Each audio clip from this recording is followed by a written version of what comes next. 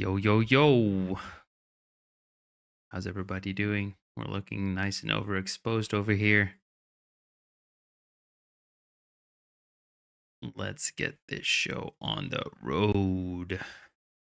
Let's play some music for you guys. Mm-mm-mm-mm-mm.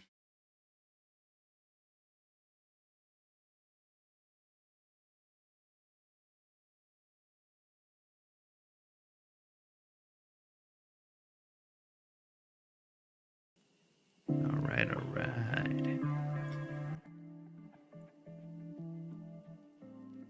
Boom. Yo, yo, yo, yo. We're really overexposed. Damn. Damn, damn, damn.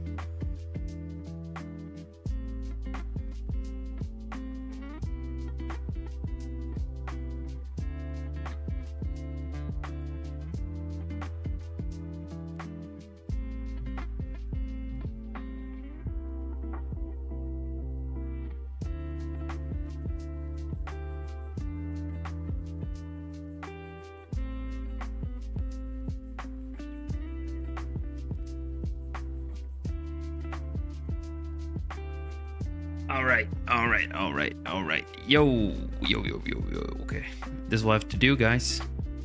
You can see me, right? It's nice and overexposed still, but it is what it is. My lens is being annoying. All right, so welcome to today's stream in which we'll cover some of the submissions that were done for the latest art challenge that was hosted over on my Discord channel. In this case, the theme for it was Arctic Aurora, which basically means anything to do with the Aurora Borealis, the nice northern lights, whatever you want to call it, the amazing sort of effect that appears in the night sky or evening sky during certain times of year in certain areas in the world is amazing. And I asked you guys to create something cool in Blender with that theme. So here we are. And I'm just going to go and cover the submissions, give some feedback, give some critique, and you know, together as always we'll choose a winner, if you will. So I'm just gonna share a few messages in the thing, wait for some more people to drip in. If you have any questions, feel free to ask in the chat, and I'll do my best to answer any and all of them. So let's go ahead and do that. Like I said, let's share the live stream a little bit more, get some news out. There we go. Get shareable link.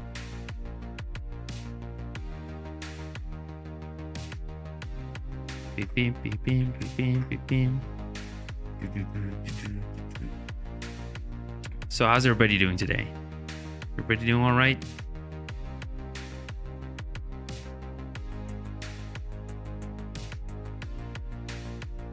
Can you guys hear me properly? Yeah, I'm doing good. I'm doing good. I'm doing good. All is well. All is good. Yo, Bake. Good to see you, man. Hello, hello, hello. Yeah, awesome. So what's everybody cooking up these days? Are we still working hard on our Blender skills?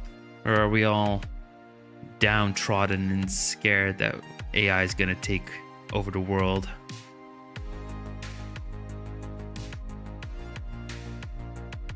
I did in fact get tickets. Yes, I did.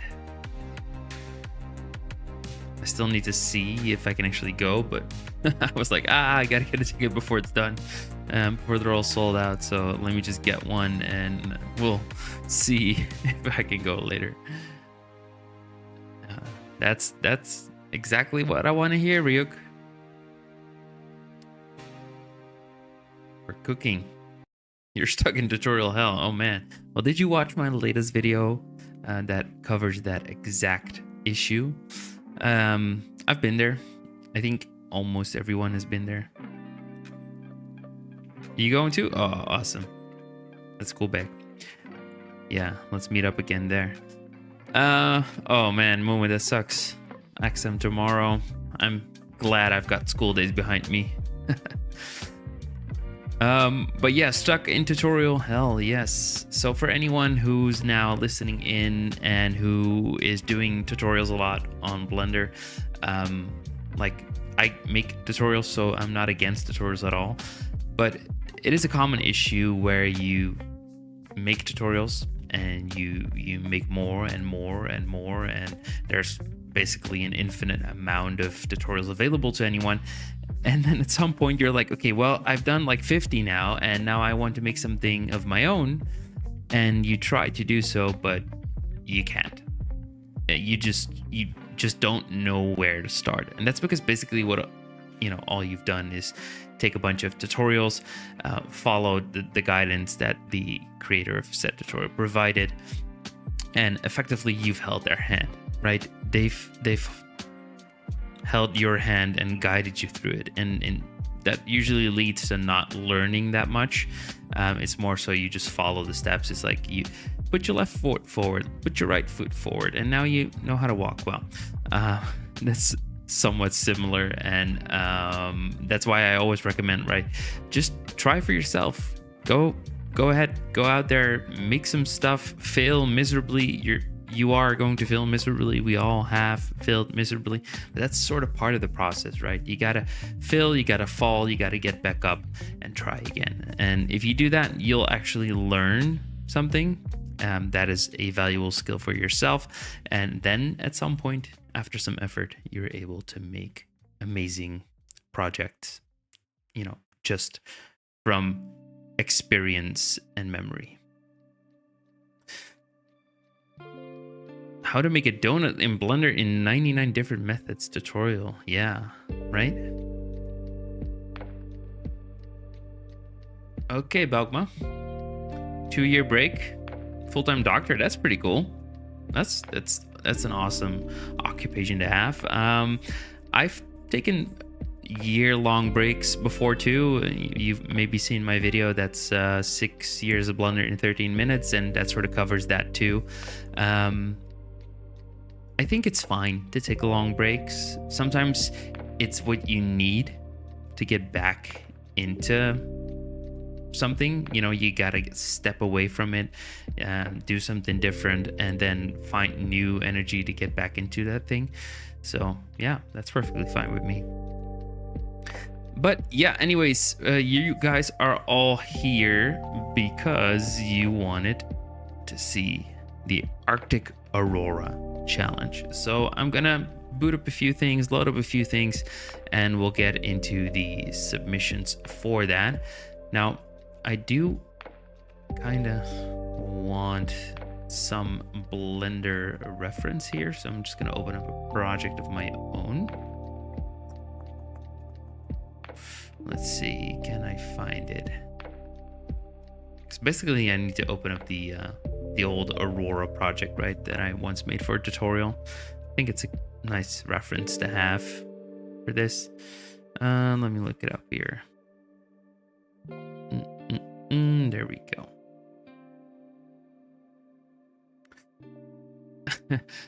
I mean, no more tutorials is definitely not the way to go. I would say do plenty tutorials, but use them to your advantage, right? Don't just copy all the steps that someone gives. Instead, try and apply some of that knowledge. So like my go-to example with these things is when you do the donut series, like a lot of people have, don't make a donut.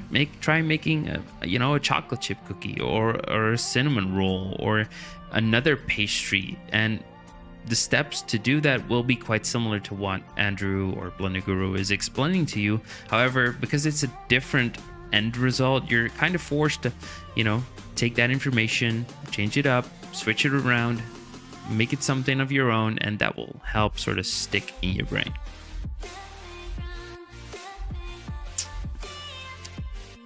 No, my camera is being a BITCH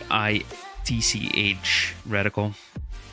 My lens is sort of messed up, and it should reset at some point, but it doesn't always do that, so it's kind of annoying.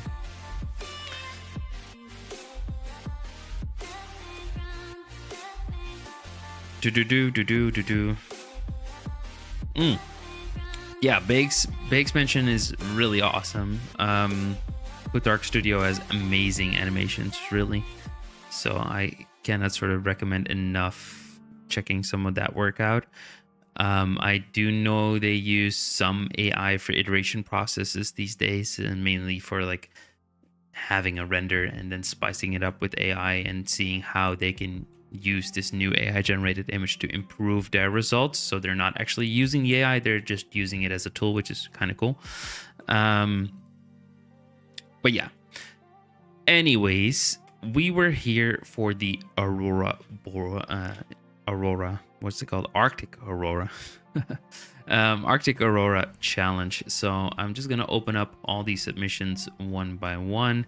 There's 2 animations in there, which is pretty cool.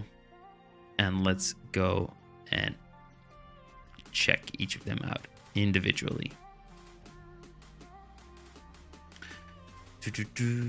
And again, any questions, feel free to shoot them in chat. I'll try and do my best to answer any and all of them. So there we go. So the first one, yes, reticle, yes. This first image is called what's it called? It's called Aurora Borealis, and it was done by Joe Biden, the former US president. I assume that's an alias. I'm still unsure whether Joe Biden is actually Joe Biden or it's just a dude being Joe Biden. I hope it's the real Joe Biden. That would be so cool. Anyways, yeah, Joe Biden made this amazing piece. They used a lot of geometry nodes as far as I know. So the mountains were made in geometry nodes. All of these sort of patterns in the sky and on the deer were made in geometry nodes, which is really cool. I find this a relatively difficult image to critique, to be honest. Like, I like basically everything about this, but at the same time, it doesn't fully grab me, right? It doesn't fully sort of reel me in. So there's, yeah, I think Bake is putting it into words a little bit. There's some things which are a little bit off, maybe in terms of like the scale of the mountains or maybe the detail of the mountains, which maybe throws me off a little bit. And another thing that I always struggle with is having multiple sort of focal points. For me, the deer would be the main focal point in this image, but the sky itself, the aurora, is also really, in your face. It's very bright, it's very there. So there's sort of 2 here, and I might have liked this a little bit more if, for example, maybe only the antlers of the deer were glowing and they were sort of the same color as the aurora there, and the rest of the deer would have been just shadow, right? Because it's sort of backlit. And that would have distracted me a little bit less. But then again, I really like the light that is being cast here on the ground, on these plants, by the deer.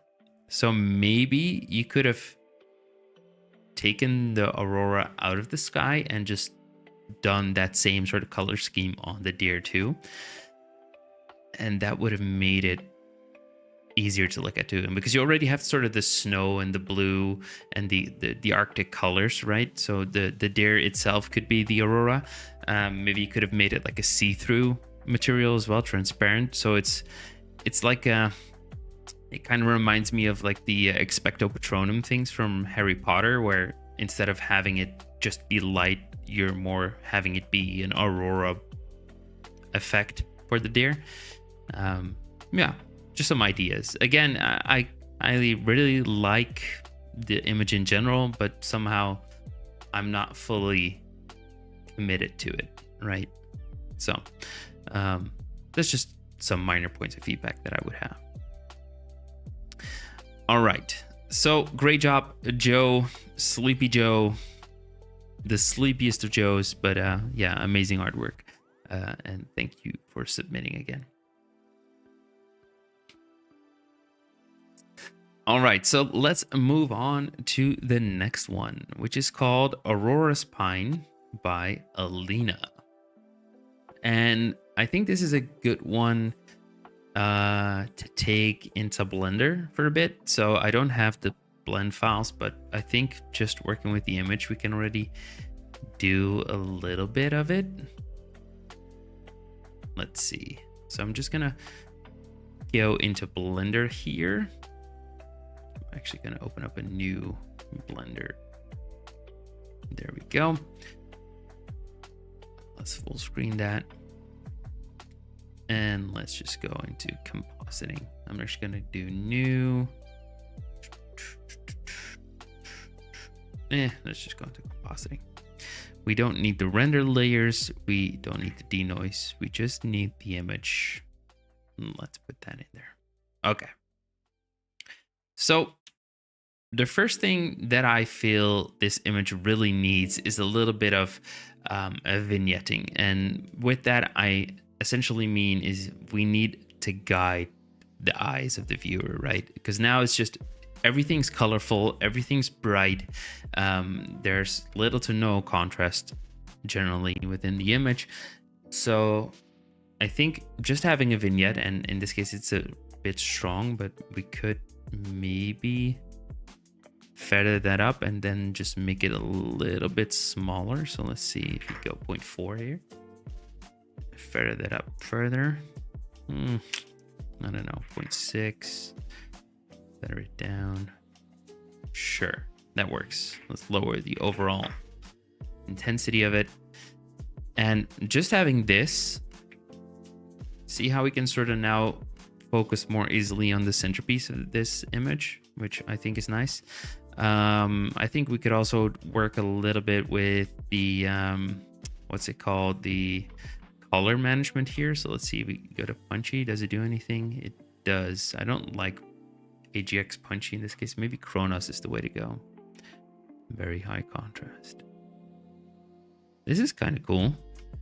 We can up the exposure a little bit, up the gamma a little bit.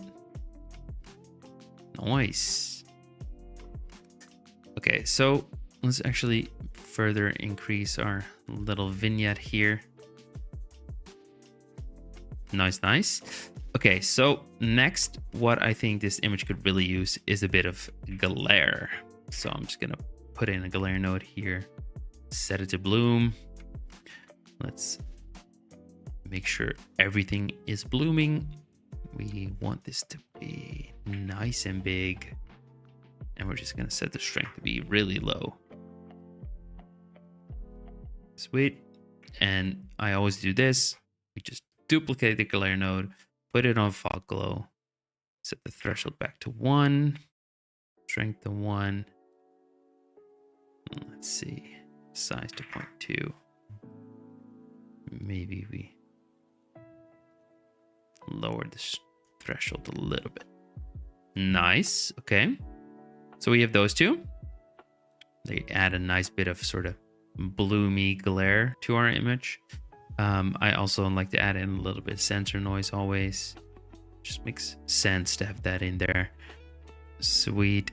And I think I'm gonna do split tone. And let's see. Let's just play around a little bit with these colors. And the shadows I want to be bluer.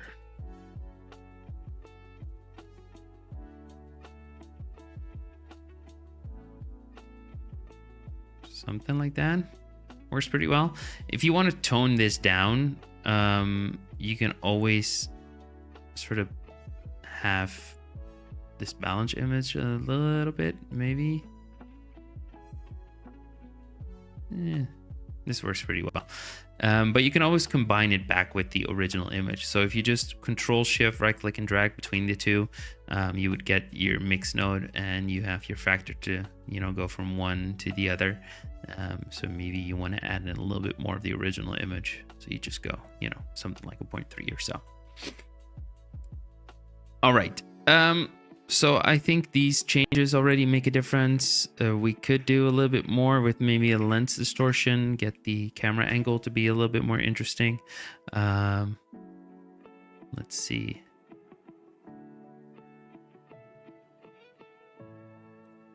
I think having a bit of a fisheye effect could be kind of cool.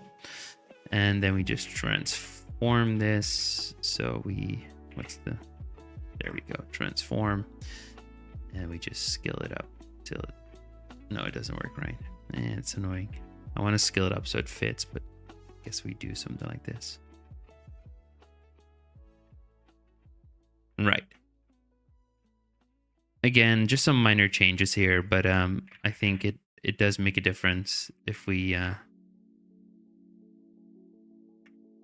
use some of these nodes to help change the way our image looks. I'm just trying to see if there's like a, maybe a U node is kind of nice. Make it a little bit brighter. Make it a little bit more saturated. And we can change the U here too, right? So if you want it to be a different color, more Aurora color, but I'm not going to do that because I think the Alina chose this color scheme, so that's fine for me. I mean, yeah, minor changes, all in compositing really, so it could be much better if done inside of Blender. I think it looks more natural now. I wouldn't say it's necessarily that much better in terms of like the overall attention grabbiness of it, but I would say it's more natural. It feels a little bit more natural. So but yeah, cool submission, Alina. Thank you for participating in this challenge. Next, we have this image here, and I believe it's called Icy Oceans by Noor. So if you're in the chat, Noor, let me know. But yeah, this is really cool, right? It's like this sailing boat and overlooking the Arctic. Incredible sunrise or sunset, some aurora in the sky. Yeah, I love this. Such a vibe. And I love these sort of reflections in the water too, right? Personally, I would have made the bumpiness, so the normals that you used for the water, smaller, so up the scale. It's counterintuitive, but that's just how it works. I think in my original file here, we have a good example of that.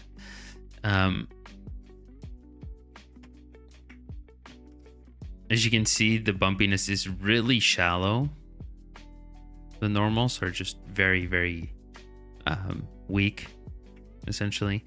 And that results in a more natural water look. Now, I would say that generally speaking, if this were an ocean or something, it's kind of impossible for it to be this flat, really. But assuming this could also be like a lake, then you could have this sort of flat look.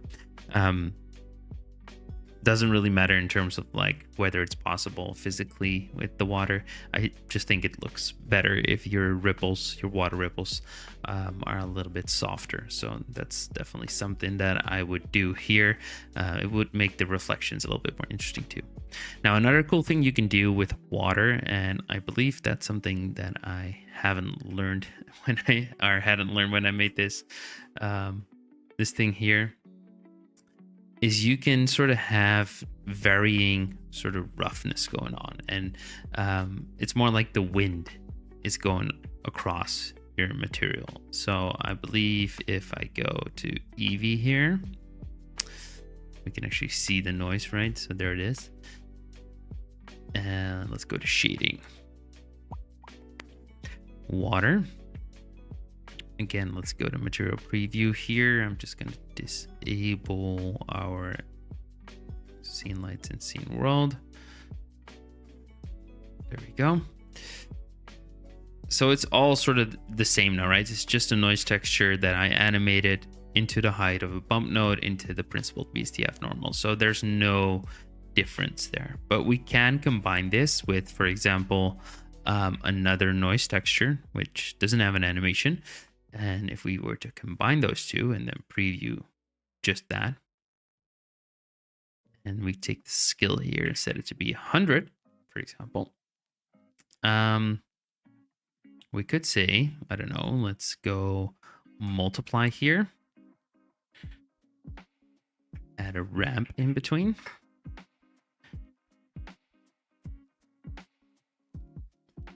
And I think if we were now to take, see how we can sort of get multiple of these? We could even use that as sort of the mask here and then just take another noise texture.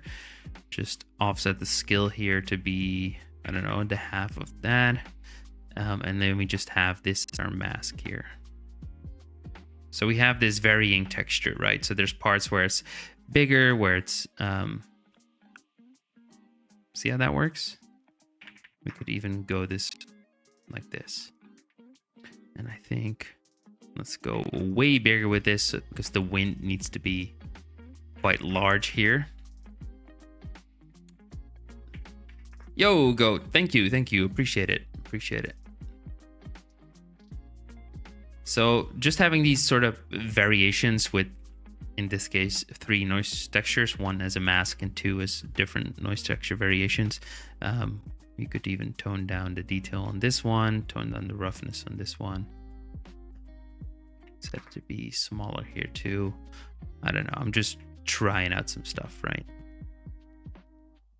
Let's make this smaller, so something like that. Looks incredible, but if we were to change to our water shader here now, and then go into a rendered view, you get a bit more breakup. It's very subtle, but let's just show you what the difference is. So this would be with the new setup, and this would be with the old setup. See how everything is the same right now? And now you just add in this here. It adds a little bit of variation. So there's, you know, flatter parts, there's more bumpy parts, and that's a natural look that you get with wind that's moving across water. So yeah, that's one thing you could have done with your art piece here, and that would have looked, I think, incredible if you've done that. The only other thing that I would mention for this image in particular is something that I want to do in Photoshop here. And that is a little bit of trickery, which in this case is for sort of the boat here. And then in particular, having some highlights on that. So I guess you used like an HDRI, or maybe you used like an image texture as sort of the lighting for this scene, which is fine. It's incredible lighting, but you're losing a little bit of shape on your boat here. There's a little bit of light being caught over here on this edge, which you can see here. And that's exactly what you want, right? So you want the boat to be exposed somewhat. So first of all, you would ideally have the boat, let's see if we can actually do that. Just be a little bit more bright so you're not losing all that detail. Let's see. Can we? Yeah, I mean, maybe a little bit. Not a huge change though. Yeah, and the other thing is you want these sort of rim light highlights in here. I always say this. It's a little bit, maybe a little bit of a cheat code, but it helps. It helps emphasize the shape. See how that can help? Then you take another color maybe, and we add that in here. Give our rope a highlight. And then usually what I do to further enhance the sort of cheatiness of this all is I Gaussian blur this, but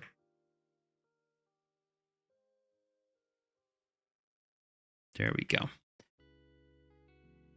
So I think if we add our blur here, obviously normally you would do all of this inside a blender, but it's kind of hard right now. So let's just blur it up a little bit.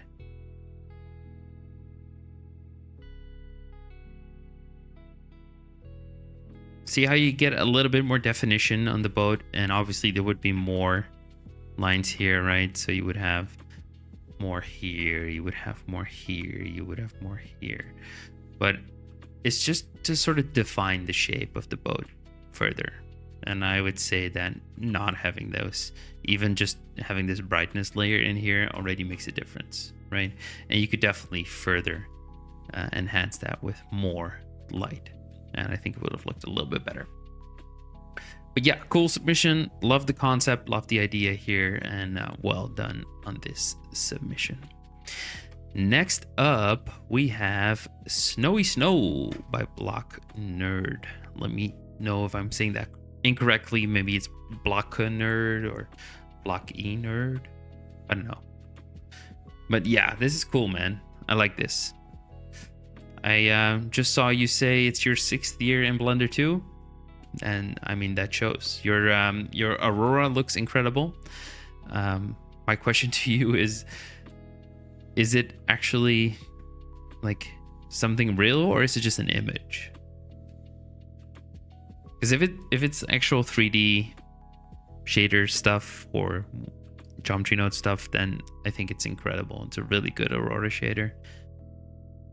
It's not an image. Cool. I should check, because you guys have to post the the clay renders anyways, so technically, you know, I should know this, but it's not an image. Okay, so what is it then? Is it a shader?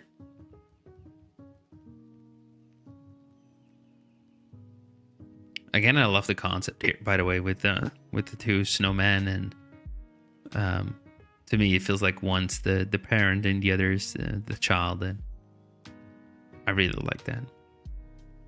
I think because of sort of the approach you took here with the snowman, you could, in my opinion, go a little bit harder on the sort of stylized Pixar approach here. It's a cue with several noise textures connected to a volume scatter. Okay, incredible. I love it. Looks really good. So what I would say in your case here, first of all, I think your shader here could use a little bit of work. It feels a little bit more like clay than snow to me. There's a lot of sort of light dispersion and scattering going on with snow, which is why it can look like these sort of shiny crystals. So maybe you could do a little bit more with them, but it's like a minor detail. But for me, the main thing is, I would say take the snowman and there we go. Cut out all of that. And again, I would say make that a little bit brighter. Technically, it's not how light would work in real life, right? Because this is how it would look like. But sometimes we have to help the audience a little bit. But if we make it a little bit brighter, you can already see we're getting a little bit of separation here. So I'm just going to add a little bit more. I'm actually going to make this nice and soft brush.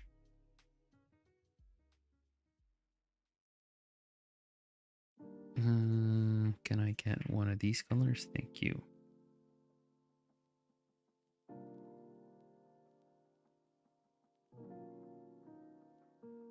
Let's see.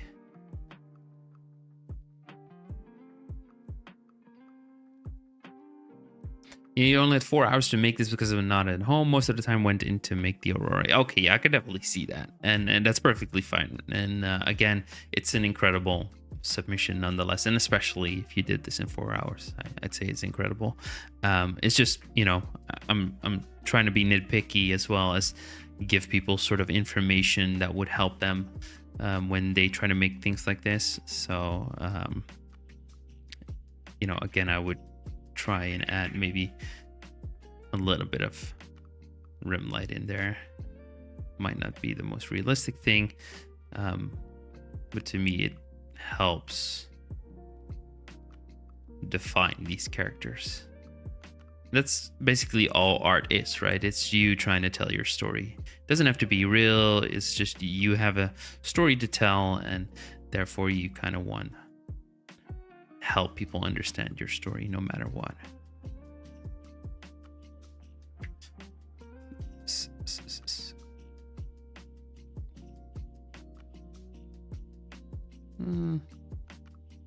This is pretty cool.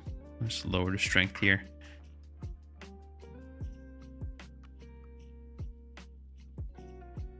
Nice. Again, maybe up the contrast a little bit more.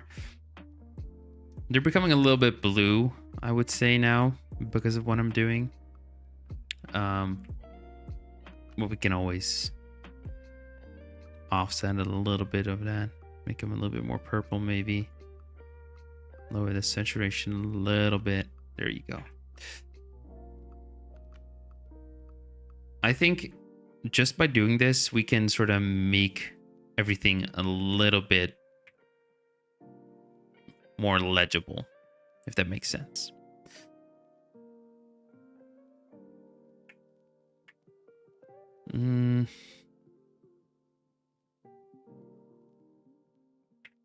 Yeah, that's perfect. We just wanna... No, this is fine. Yeah, I understand you went like hard on the Aurora because that was the main theme here, but I would say that these two are like the hero of your image, right? So they deserve the attention. They deserve the spotlight. And if they don't deserve the spotlight, I would just flip the sort of depth of field around here. So if the snowman is just there as like somebody built these two snowmen and they're there for environmental dressing but not so much for the story, then I would put those out of focus and then put the focus on the Aurora if that is the main hero of this image. Yeah, amazing submission though, Black Nerd. Love it. Okie dokie, so let's go on to our next one. And we actually have two more, which are both animations. So we're going to begin with this one, which is called Carriage to the Aurora by Jules. And there we should have it.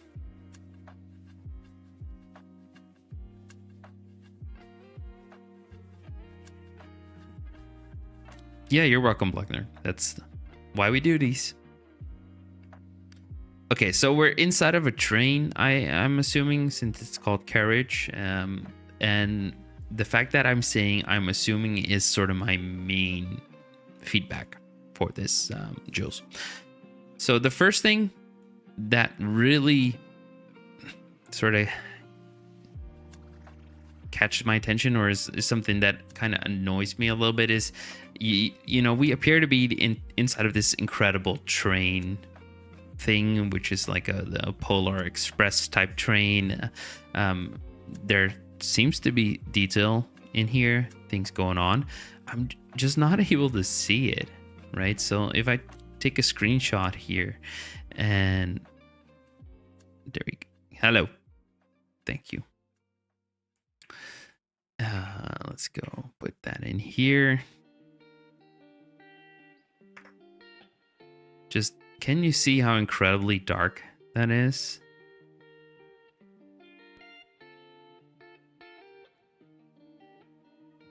Look at all that detail.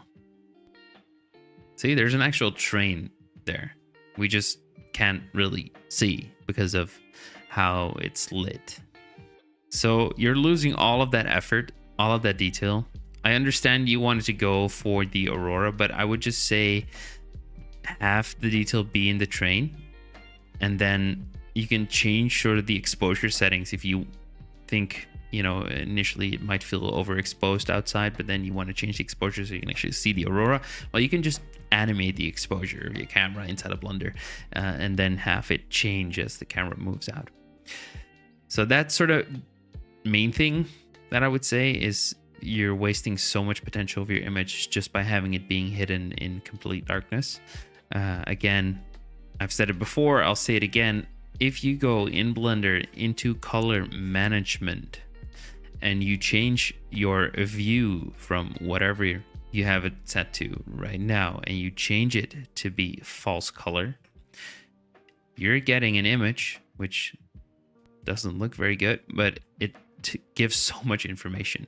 This thing tells you which parts of your image are overexposed or underexposed. Everything going towards red or white is technically going towards overexposed. Everything that's going towards black, purple, or a dark bluish tint is underexposed. All of these sort of cyan, light blue, light green, gray, those are decently exposed. Gray is like complete neutral exposure. All the other parts, which are lighter colors, are, you know, done well. Now, you would expect some overexposure and you would expect some underexposure in an image. You know, again, for example, in this case, we're trying to capture light here, so it makes sense that the aurora has some overexposure in there. But generally speaking, this is a well exposed image, and I can change the exposure. See, now everything is almost overexposed, and if we were to look at that in our image here, you can see that doesn't look great. That's not how it's supposed to look. And similarly, if we go to the opposite direction and we go to having everything be nice and dark and underexposed, and we switch back to AJX here, there we go. We've just lost all the detail in our scene, right? See how we can get it back? You can up the exposure for, you know, your stylistic choice, or you can lower the exposures too for a stylistic choice, but you don't want to lose too much detail. So in my case, I think having it up a little bit, like to 1, then set maybe to punchy, and then I could even go higher to 2. That looks fine. We're still getting all of that detail. We still can see most of our image, and that's what you want in these types of things. So the other piece of feedback that I have really is the outside of the train. Maybe you didn't have that much time. Maybe there is a different reason for it. But to me, it feels weird that the train is standing still. I think you could have gotten away if you just duplicated all of these environment assets a bunch and then, you know, had those move. You don't have to move the train. You can just move the environment instead and create the same effect. And having that move and having some motion blur in there will sort of still give you the feeling of the environment being there, but it's not as distracting as it's in focus right now. And then you can really emphasize with the aurora, maybe composite in a little bit more bloom, have the contrast be a little bit stronger, have the colors be a little bit more vibrant, and I think you've got this sort of incredible thing going on. Also, because you work in animation, an aurora is always evolving. So I would have loved for your aurora to animate. As you can see, I've done it too in this video here. It's just a simple curve animation that I've done with, I believe, geometry nodes, where it's just these curves. And again, if you go into edit mode, see, it's just a bunch of curves that are animated. But having that minor animation really gives off that aurora effect. So that's another small thing that I would have liked to see here. All right, so that is the 5th one, and then we're moving on to the final one, which is called Origin Point Aurora Resonance by Trey Cochran 3D, which is incredible.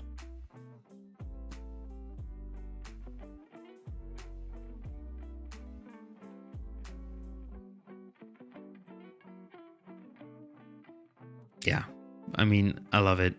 I love it. I don't really have any real feedback for this. I think maybe the color scheme is not necessarily my personal choice, but I also wouldn't say it's bad. So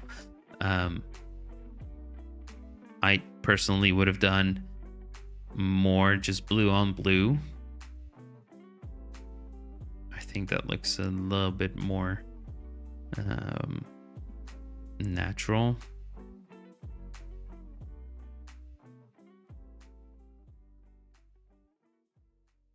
Let's see, can we get it to go there? For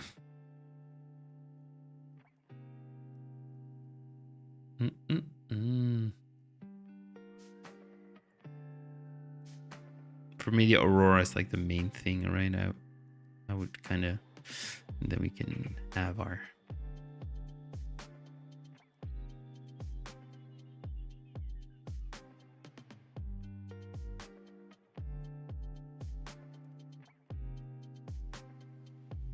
that's nice. I'm just gonna add this back in a little bit, maybe tone down the overall effect of this thing.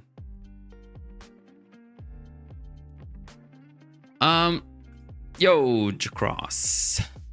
Yo. Yeah, so for me, that's basically it, right? I think this is very green, and just because of the theme that we chose, the Arctic and an Aurora is just green. Although the Aurora is often green, it's just not a color I would assume to see in these types of pieces. I hope that makes sense. A lot of this just comes down to what's the right way of saying that? I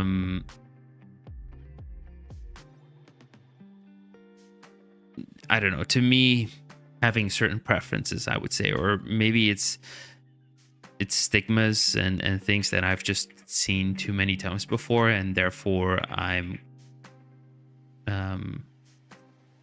I don't know. I think this for me, I'll show you guys a new tab. For me, is like the peak of Aurora. And there is quite a bit of green, but I would also say there's a lot of blue. And it just feels a little bit more vibrant than this image does. So I think this is a little bit better. I would also take all of these and then, as always, put them again through maybe crank up the exposure, like camera raw filter here. Add a little bit of this. Something like that. A little bit of vibrancy. Some vignetting, extra contrast, extra texture, a bit of grain. Right? To me, this just feels a little bit better. But besides that, I think this is an incredible animation. It looks amazing. I think you have a very cool concept here. I love sort of the vibe of these trees and this sort of grove that you've created. So yeah, amazing. And that's basically all the submissions that we have for this challenge, which means, and I'll just show you all of them again. So we finished up with this one by Trey Cochran 3D. Let's see. There we go. Amazing submission. Very cool. We had our Carriage to Aurora by Jules. Very cool concept. Just losing a lot of detail because of the underexposure inside of the train here. We had our beautiful sailboat on the Arctic Oceans. We had our amazing snowman viewing the beautiful Aurora. We had Aurora Spine by Alina. And finally, we had Aurora Borealis by Joe Biden. I think there's a bunch of amazing submissions here. I'm just going to keep this short, really, in terms of like who wins and who doesn't. I'm not going to do three. I'm actually going to do three. So for me, number one is going to be this one by Trey Cochran. It's just a step above the rest in terms of like the quality, the execution, the level of detail. Yeah, it's just my favorite. So congratulations, Trey, on winning. I believe you've already won a challenge before, but I'm not 100% sure on that. But yeah, congratulations, much deserved win, and I hope you participate in the next challenge too. Second place is gonna go to Snowy Snow by Block Nerd. So runner-up title for you, Block Nerd. I chose this one over Joe Biden's piece. Joe, I'm gonna give you third place, by the way. I think your piece is really cool, but overall I found the technical execution of the visual itself, so not necessarily like the technical execution of the geometry nodes, stuff like that. It's more so the technical execution of the actual image. There's just a bit too much that distracts me, and in this case I think it's a really good image. Block Nerd, I technically it's just a really solid image. I think it could use a little bit of work to highlight the snowman and spice up the shader there, but besides that, it's technically a really good image. Nice haziness, nice, compositing here. Love the depth of field, basically like all of it. So much deserved second place for you. All right, so that's basically all our submissions here, which means we are back to just looking at my face. There you go. Enjoy. No, but I'm gonna be live a little bit more to answer any and all of your questions. So if you're just hopping in the chat here, let's just mess around a little bit in Blender. Let's see what we can do here. Will there be any more competitions before June? I'm not 100% sure. Maybe I should do more of them, but at the same time I would also like to see more submissions on these. But I guess that's also down to me just hosting more competitions more often. So I should do more. Maybe let's do another one in May. Just a quick one. Another 2-week competition live stream. Bada beam, bada boom. No stakes, just fun. Just enjoying Blender. Doing what we can. Right? How's that sound? Hell yeah.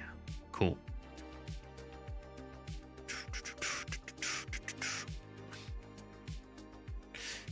So one thing I really liked about my original take on this thing is I used a panoramic lens. Do you guys use that often inside of Blender? Yes, it is Radical. This is just an HDRI, as you can see. The mountains as well. It's all part of an HDRI. So let me see inside of the shading tab here. I believe if we go to world. So there's 2 HDRIs, which is sort of a technique I like to use quite often. We have our evening road here. And I combine that with our starry night desert. It's actually a desert here. Let me turn off the water. So this is an image that I found online. It's actually a JPEG. It's not even an HDRI. It's just a JPEG.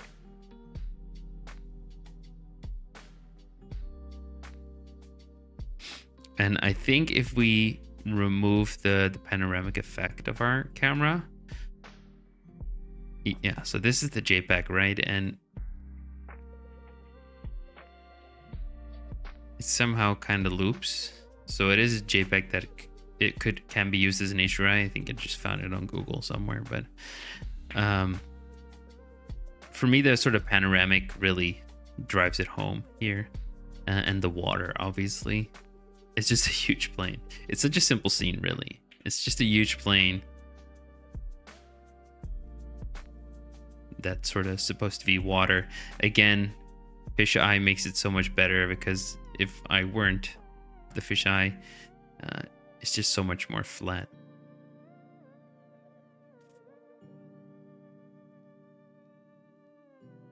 No one really ever uses the fisheye that much inside of Blender, but I think it's really powerful. At the same time, it's also kind of annoying to use, because, like, for example, this, right? It's pretty cool to have this distortion going on, but it's just not really possible for the ball to fill the screen. But I think this is really cool, this sort of effect. So you can always cut it out later inside of your editing software. To me, this feels pretty cool. You can travel through the Aurora.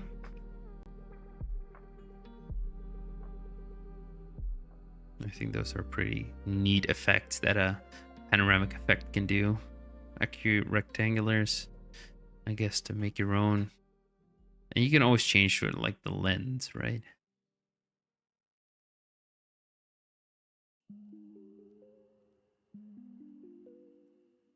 How do you mean, Skyrook? In which way does it look wrong?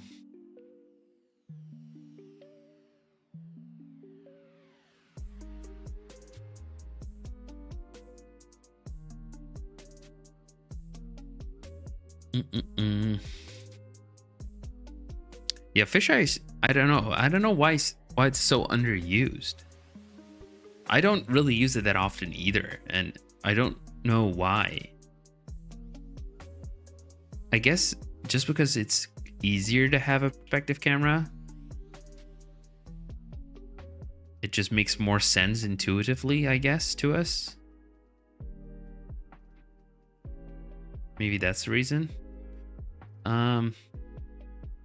Let's see, because I think you can do basically all these amazing effects, right? So this is a project for my latest course, which is available on CG Cookie.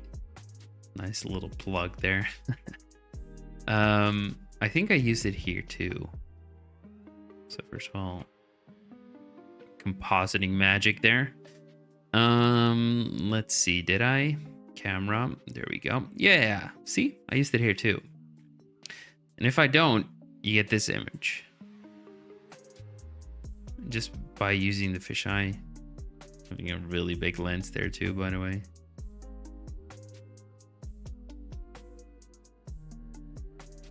I think having like a small fisheye is pretty cool too, but it's just more interesting to me. Here are the lines are kind of straight, and when you're using a fisheye, it immediately sort of bends all of these lines, which is kind of cool to me. I can do that, Joe. I can do that. I've got some time. I can definitely do that. So let's, for anyone not reading chat, Joe just asked me to review some more on the art share things. So I hope everybody's okay with that, because technically they did not give me permission to show their artwork. So I'm just gonna look at a few here and give some feedback where I can.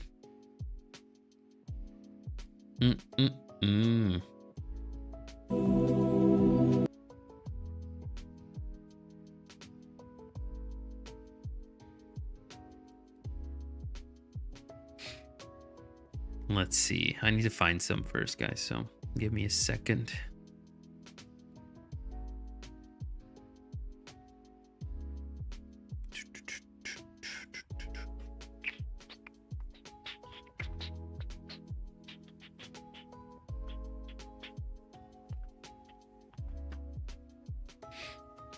Let's see which one is useful, right? Because I think that's important.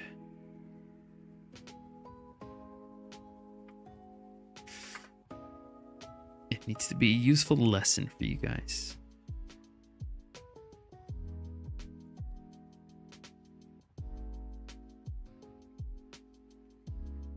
Ooh, I think this is pretty cool.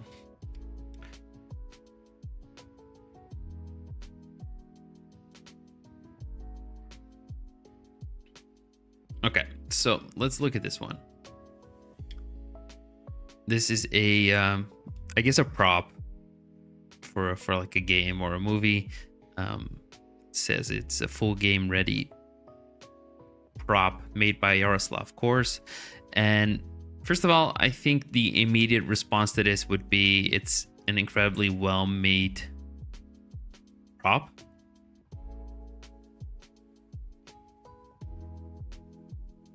And you can see it's well made. You can see the detail. You can see the texturing is done really, really well. So I would say there's like 2 ways to showcase this prop on your portfolio. So first of all, you want to show it for what it is, right? So it doesn't have to be lit nicely. It doesn't have to look incredible. You just want to showcase it's a very well made prop with great texturing. So I think some of these images are perfect for that. Like this one, for example, is very good. These are also, you know, perfectly fine. Flat lighting, nothing interesting going on in terms of like presentation and lighting. It's more so just to showcase how well made the prop is. But I would lead, so the first image that I would show, for example, this is also cool in animation. But again, the lighting on your hero image, which is the first one that you would present to your audience, to your viewer, this one, to me, it feels flat and boring. It doesn't have anything interesting going on. So I would look at like product lighting examples and then check what's sort of being done nowadays to get good results, and then sort of mimic that to sort of showcase this prop a little bit better. And let me see down here. I think the lighting here is already much better compared to that first image. It's more natural in this case. But I would say it's even better to, yeah, something like this, right? This is more like your hero image. Maybe you could add stronger rim lighting still. And I would also maybe add in some wireframe shots, although I'm expecting them to come later. These are cool too. Oh, there they are, wireframe shots. Yeah, so this is an incredible prop, by the way. Really well done. Very, very well done.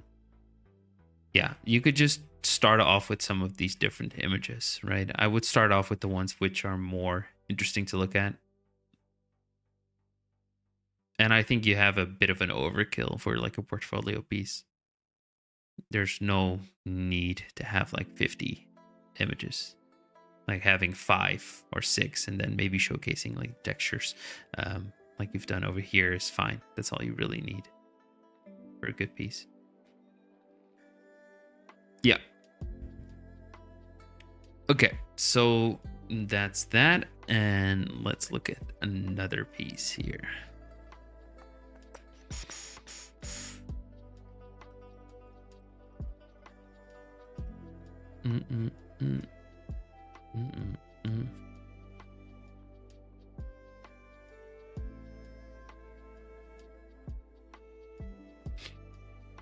Let's look it up.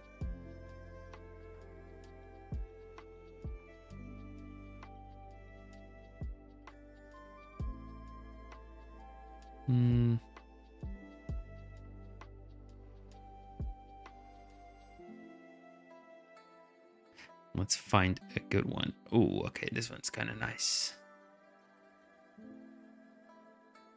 Let's go. Okay, so this one is some headphones made by Jaden. Hopefully you're okay with me showing your artwork here, but I think, again, from like a lighting perspective, it's not necessarily a bad piece. It's actually quite good, but it's also just not that interesting, right? So I would say you again want stronger rim lights. You want more of a backlight here. So overall, I like having these sort of radial lights in the background here that sort of create this clear separation between subject and background. Whereas now you have more of a solid color, which is also relatively similar in color to parts of your object. So it's not the clearest of separation, I would say. So again, stronger highlights, rim lights. I think rim lights are underused for beginners, and I would argue having a proper product render of something like this. Some of these guys doing all these product renders, they're able to get away with like maybe 2-3 lights to get this amazing result, and I think that speaks volumes on their experience. But if you're more of an intermediate product visualizer, then I would say you can just add like 50 lights, have each of them light up minuscule parts using light linking, and then basically painting your object with light, right? So steps of sort of rendering, in my opinion, are you have a model, you texture it, then you go into creating an environment for it, then you add some very boring basic lighting to just have everything work functionally, and then you start really presenting your piece with light. So you add in a bunch of them. I like to add in tons of them, and then you literally paint with light to have this thing look as interesting as possible, and as legible as possible, and as readable to your viewer as possible. So I would do that with, again, more rim lights, clearer separation with object and background, stuff like that.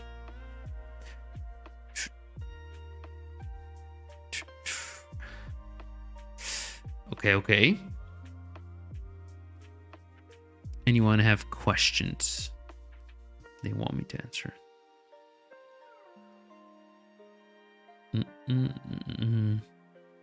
It's always cool to see things on the Discord server, by the way. I love seeing what everybody's been doing.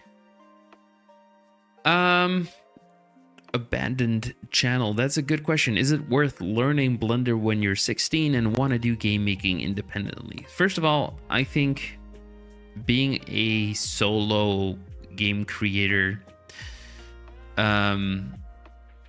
is really hard. It's exceptionally hard. It's possible, just look at like Mega Bonk, for example. Great indie game made by 1 or maybe 2 people, done incredibly well, but at the same time they chose very simple models, right? It's only like a handful of character models, there's only like a handful of NPC models, the environments are incredibly simple, with relatively few props and nature elements inside of them. So the bigger the scope of your game, the more difficult it becomes to solo create that. I would say like creating an MMO style RPG or an RPG game in general by yourself in 3D is gonna take you, I don't know, a lifetime to get somewhat decent results. If you want to make different style games, you want to make simpler games or arcade style games or some of these smaller indie games, which are just like 1 or 2 hours of playtime, then I would say, yeah, you can do that.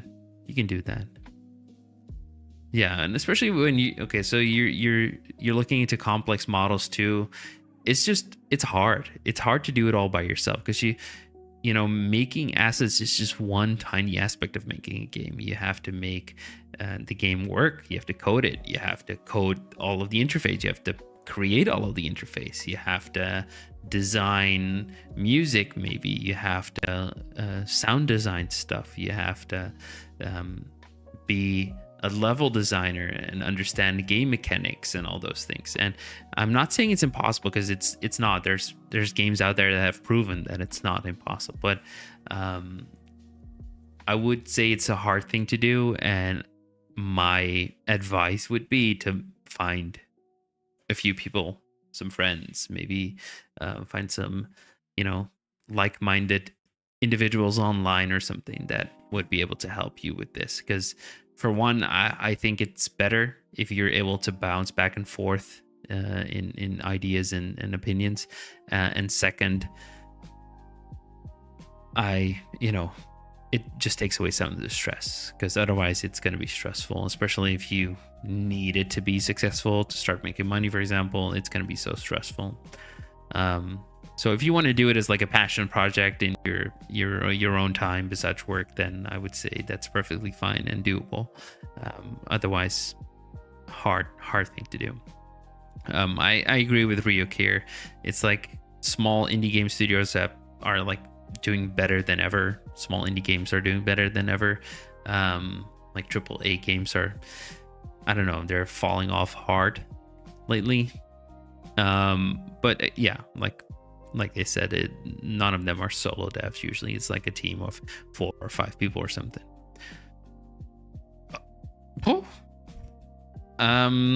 So your question is really broad, right? So how much time would it take for a complex game with 2 people, for example? So let's just look at Expedition 33. Right, Expedition 33 is a passion project made by a bunch of game devs that already had experience, by the way, so they're not starting anew, that they were all experienced game devs. And it started as a small team, it grew a little bit bigger, and let's just look up how long they took. Development time. So it's taken them 33 years to create a realistic looking polished game with a team of, and again, this is an RPG, right? Or it's sort of an RPG. It's a turn-based RPG, and RPGs, they tend to take up the most time in terms of like games. Let's see how many people they are. So it's 6 members and 3 developers. So it's 9 people in total, and it took them 5 to 6 years to make a game like Expedition 33. And I've played it. It's an incredible game, but there's still so much stuff which isn't fully like AAA level polished or anything. So yeah, just sort of put that in perspective. So I would say, in your case with 2 people and similar ambitions, then you will be looking at like, yeah, I don't know, like you're saying 33 years, 40 years, something like that. Assuming you want to do everything by yourself. Long time.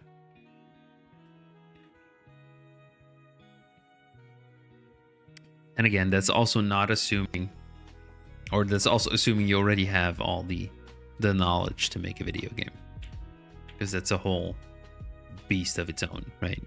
Learning all the things you need to learn to do these things.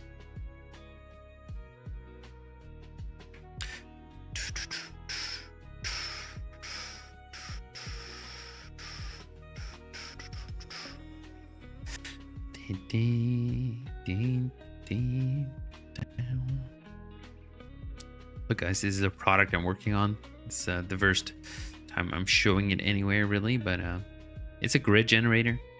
It's a bunch of nodes, just a few nodes, as you can see. You want to learn Fercidium. I have no idea what Fercidium is, or Fercidium, or whatever you just said. It's a game engine. Okay. I have not ever heard of that, so I don't know really anything about this. It's ray trace audio. Ray trace audio? What? What the hell is ray traced audio?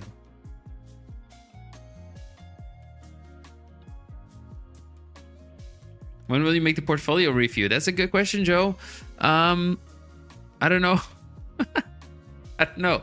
It's been laying on a shelf for a while. I'm not sure if it'll ever come out. But yeah. Anyways, yeah, I've never heard of Presidium. I really haven't. But yeah, this is a product that I'm working on. But I should do it, Joe. You're right. I should make it.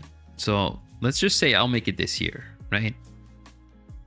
Look at all these procedural tools. You can change all the thing. You can turn on the hatches, turn them off if you want to. Look at that. That's pretty cool, right? You want like an actual...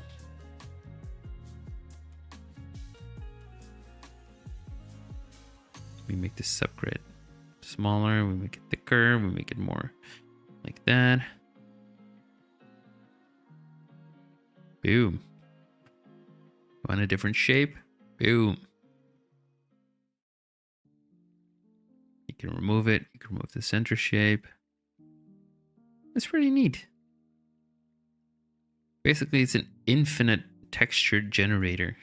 You can get some checkers in there if you want to. It's pretty cool. It allows you to do basically anything. Get some emission in there. Transparency.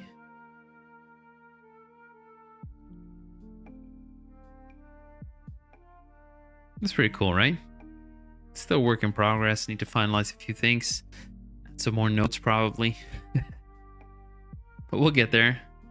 You know, a bunch of geometry nodes in here too. It's mostly just shading and logic though.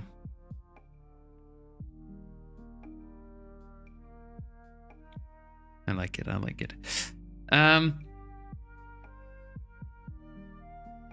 Copy paste what texture? It's all different textures, essentially.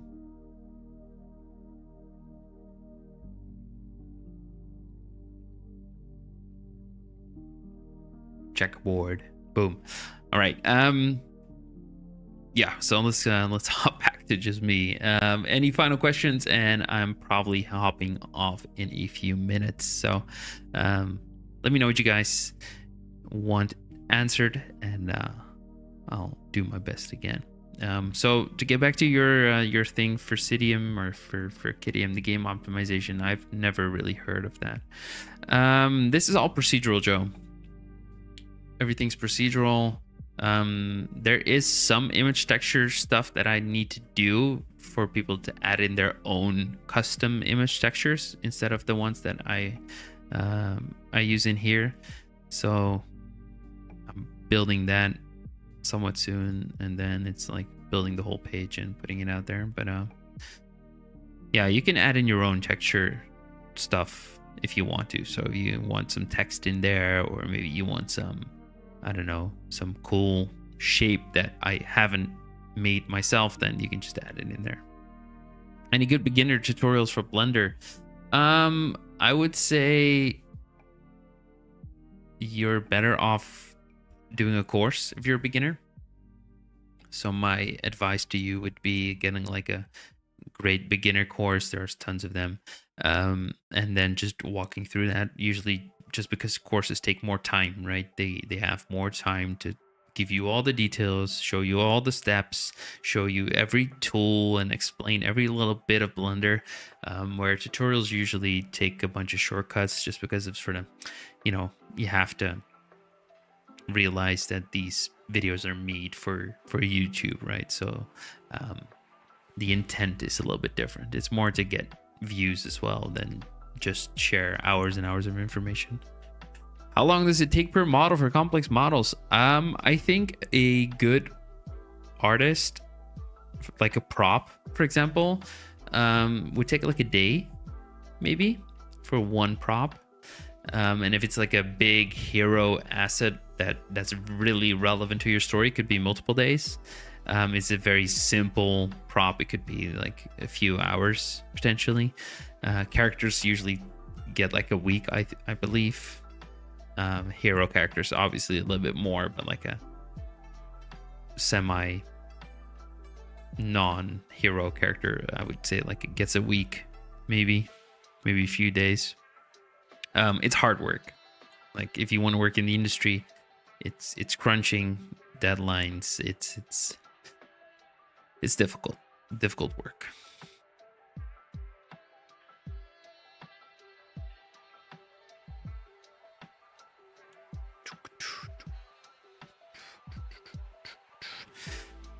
Bum, bum, bum. I see what you're saying, Joe. I get that. Is like buying a course is not necessarily the most optimal way. It does help you prevent you sort of getting into tutorial jail, though, right? So, yes, you can just do the donut series. And it will teach you a lot of the basics of Blender. But usually people who do the donut series are then very much inclined to start doing more tutorials and more tutorials and more tutorials. And then before you know it, you're stuck in tutorial jail. You can't get out. And now you lost all hope of becoming an artist, even though that's, you're pretty close to being an artist. If you've done all those tutorials, you can just start making art. It's just you don't know how to, and you've sort of navigated yourself into this corner.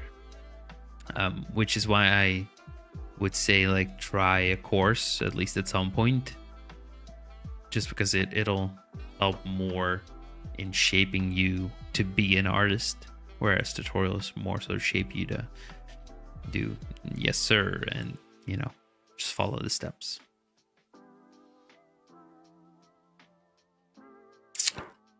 All right, Blockner, thank you for being here. Thank you for submitting your amazing artwork.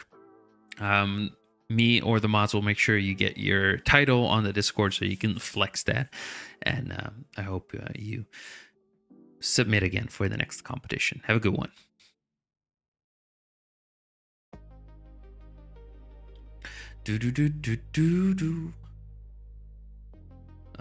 Courses are so overpriced though. I mean,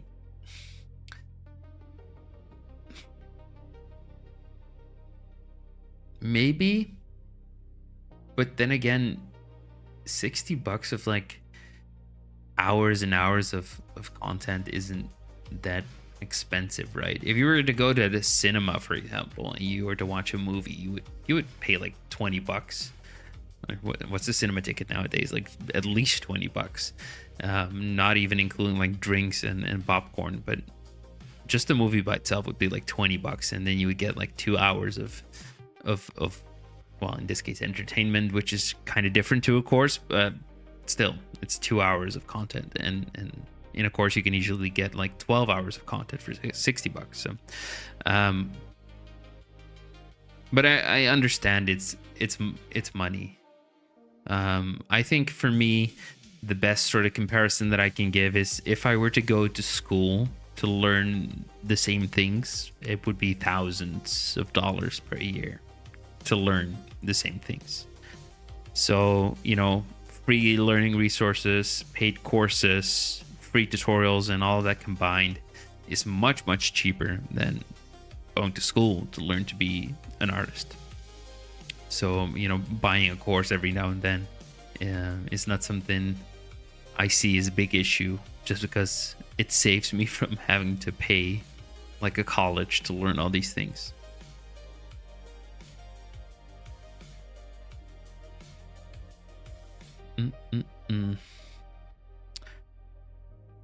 All right, I think I'm gonna go and call this stream quits.